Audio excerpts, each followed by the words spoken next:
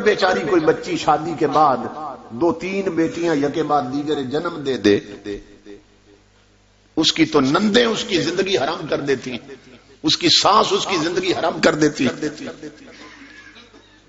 کہ تو بیٹیاں پیدا کر رہی۔ اتنی احمق ہے عورتیں، اتنی نادان ہیں، انہیں یہ نہیں پتا کہ یہ پیدا کون کر رہا ہے، یہ دے کون رہا ہے۔ اور اتنی نادان ہے عورتیں کہ عورت کی پیدائش پر عورت پریشان ہو رہی ہے۔ کیا تو خود عورت نہیں ہے؟ تو بھی تو پیدا ہوئی تھی، تیرا آنا ضروری تھا تو اس کا آنا غیر ضروری ہے جس پر تو پریشان ہو رہی ہے۔ یہ جاہلانہ مزاج، یہ عرب کے کفر معاشرے کا مزاج، اور ہمارے بعض علاقوں میں یہاں بھی ہوگا۔ اگر کسی کی شادی کے بعد دوسری بچی پیدا ہو، تیسری بچی پیدا ہو، تو جاہل عورتیں اس طرح افسوس کرنے چلی جاتی ہیں ان کے گھر کہ جس طرح ان کے گھر میں کوئی فوت ہو گیا، کہ بہت افسوس ہوا، تمہاری تیسری بچی پیدا ہو گئی، تمہاری دوسری بیٹی پیدا ہو گئی۔ یہ جاہلانہ مزاج ہے، یہ عرب کے کافروں کے معاشرے کا مزاج، اور آج ہمارا بھی یہی بنتا جا رہا ہے۔ اب آؤ میں آپ کو حدیث رسول کی روشنی میں سمجھاؤں کہ بیٹی رب کی کتنی بڑی رحمت ہوتی ہے۔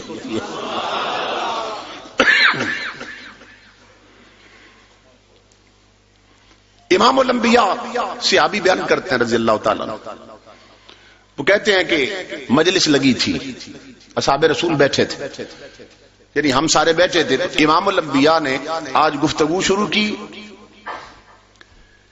اس بندے کے بارے میں کہ جس کو اللہ رب العزت یہ توفیق دے کہ وہ یتیم کی پرورش کرے، یتیم کے سر پہ ہاتھ رکھے، اس کا سرپرست بن جائے، اس کے کھانے پینے کا، رہنے سہنے کا، پہننے کھانے کا سارا انتظام کر لے۔ تو حضور بتا رہے تھے کہ جس کے گھر میں یتیم پلے، قیامت کو اسے کیا ملے گا، مرنے کے بعد اسے کیا ملے گا۔ صحابی کہتے ہیں کہ امام الانبیاء جب اجر بتا رہے تھے نا کہ کیا ملے گا، تو حضور کا ہاتھ مبارک اٹھا، اشارہ کر کے حضور نے بتایا کیا ملے گا۔ تو صحابی کہتے ہیں امام الانبیاء نے اپنی 2 انگلیاں الگ کر لی، ہاتھ اٹھایا، اشارہ کیا، 2 انگلیاں الگ کر لی۔ اب میری طرف دیکھنا، میں حدیث پڑھنے لگا ہوں۔ صحابی کہتے ہیں امام الانبیاء نے فرمایا انا وکافل الیتیم فی الجنت ھکذا، فرمایا میں اور یتیم کی پرورش کرنے والا جنت میں یوں ہوں گے۔ صحابی کہتے ہیں واشار بالسبابۃ والوسطی، کہ امام الانبیاء نے 2 انگلیوں سے اشارہ کیا، اور صحابی بتا رہے ہیں انگلیاں کون سی تھیں، یہ غور سے سننا۔ کہتے ہیں انگشت شہادت اور درمیان کی انگلی، صحابی کہتے ہیں آقا نے ان 2 انگلیوں سے اشارہ کیا تھا، اور آقا نے فرمایا میں اور یتیم کی پرورش کرنے والا جنت میں یوں ہوگے۔ اور ساتھ صحابی تیسری بات بتا رہے ہیں، فرماتے ہیں فرج بینہما شیئا، امام الانبیاء نے انگلیاں دکھائیں مگر انگلیاں ملائی نہیں، درمیان فاصلہ رکھا، فرمایا میں اور یتیم کی پرورش کرنے والا جنت میں یوں ہوں گے۔ اب غور کرو امام الانبیاء کے غلاموں، اصحاب رسول کی دیانت دیکھو، اصحاب رسول کا امت پر احسان دیکھو۔ آج 15ویں صدی ہے، آپ کے اس ملوان گاؤں میں آدھی رات کے وقت اس مسجد میں میں آپ کو بتا سکتا ہوں اور بتا رہا ہوں کہ 15 صدیاں پہلے مسجد نبوی کے منبر پر میرے رسول کا کون سا ہاتھ اٹھا تھا اور کون سی انگلیاں دکھائی تھیں، اور یہ بھی بتا سکتا ہوں وہ انگلیاں ملی ہوئی تھیں یا جدا تھیں۔ اصحاب رسول اتنے دیانتدار لوگ تھے کہ انہوں نے امت تک صرف نبی کے اقوال نہیں پہنچائے، یار کی ادائیں بھی پہنچائی ہیں۔ انہوں نے یار کی اتنی ادا بھی نہیں ضائع ہونے دی۔ بدبخت لوگوں، جو صحابی جو صحابی مصطفیٰ کی ادا ضائع نہیں ہونے دیتے وہ رب کا قرآن کیسے ضائع ہونے دیں گے؟ سمجھ آئیے؟ پلے پڑیے بات ہے؟ جو نبی کی ادا نہیں مٹنے دیتے وہ رب کا قرآن بدل دے دیتے ہیں۔ امام الانبیاء کے صحابی فرماتے ہیں کہ حضور نے انگلیاں جدا رکھی، بتایا کہ میں اور یتیم کی پرورش کرنے والا اس کو اجر کیا ملے گا کہ وہ قیامت جنت میں یوں ہوں گے، جنت میں یوں ہوں گے، اسے میری سنگت نصیب رہے گی۔ صحابی کہتے ہیں وہ محفل ختم ہو گئی۔ پھر کوئی موقع آیا، پھر امام الانبیاء نے آج اس بندے کا اجر بتایا جسے اللہ 2 بیٹیاں دے اور وہ اچھے طریقے سے ان کی پرورش کرتے۔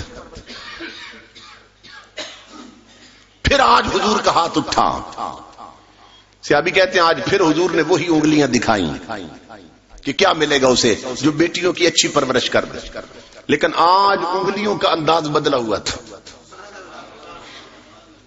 میرے آقا نے فرمایا من آل جاریتین حتی تبلغا جاء یوم القیامت انا وہو ہکذا، فرمایا جسے اللہ 2 بیٹیاں دے اور وہ اچھے طریقے سے ان کی پرورش کرے، انہیں گھر میں اسلامی ماحول دے، انہیں LCDs لگا کے نہ دے، انہیں چھتوں پہ ڈشیں لگوا کے نہ دے، انہیں کیبل کے کنیکشن لگوا کے نہ دے، انہیں فلمی میگزین نہ دے، شادیوں پر گانے گانے کے لیے انہیں ڈھولکیاں نہ دے، شادیوں پر گھروں میں گانوں کے ڈیک نہ چلنے دے، شادیوں پر کنجریوں کے ڈانس نہ ہونے دے، گھر میں فلمیں اور ڈرامے نہ تکنے دے بیٹیوں کو، بلکہ ان کی گھٹی میں مصطفیٰ کا قرآن رکھ دے، ان کی سیرت پر سیرت فاطمہ کا رنگ چڑھا دے، ان کے اندر عائشہ صدیقہ والی غیرت اور شرم پیدا کر دے، گھر میں پاکیزہ ماحول دے، انہیں شریعت کا پردہ کرنا سکھائے، ان کا لباس اسلامی رکھے،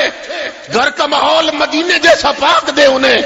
امام الانبیاء فرماتے ہیں جو بیٹیوں کی اچھی تربیت کرے، فرمایا جا یوم القیامت انا وہو ہکذا، فرمایا قیامت کے دن وہ بندہ بیٹیوں کی اچھی تربیت کرنے والا یوں آئے گا میرے ساتھ کہ یوں جڑے ہوں گے۔ صحابی کہتے ہیں وَزَمَّ أَصَابِعَهُ، آج امام الانبیاء نے دونوں انگلیاں ملا کے دکھا دی، وہ فاصلہ یتیم والا بھی ختم کر دیا۔ میں نے دونوں حدیثیں پڑھ کے آپ کو سنائی۔